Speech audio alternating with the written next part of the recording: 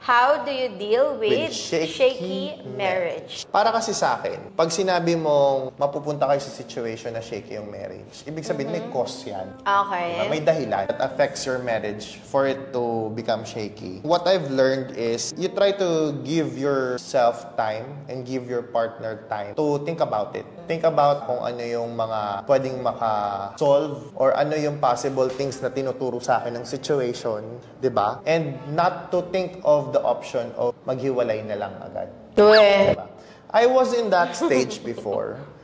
Siguro dahil nasanay ako na parang pag hindi kita mapasunod, yun yung binibigay ko sa yung option na parang, hiwalay na tayo kung ayaw mo akong sundin.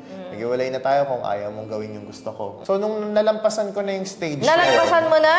Oo. Okay. Siguro nung nagkataon na parang medyo naka-level up na tayo dun sa situation, ang iniisip ko na lang kung ano yung ituturo sa akin, ano yung tinuturo sa akin yung situation.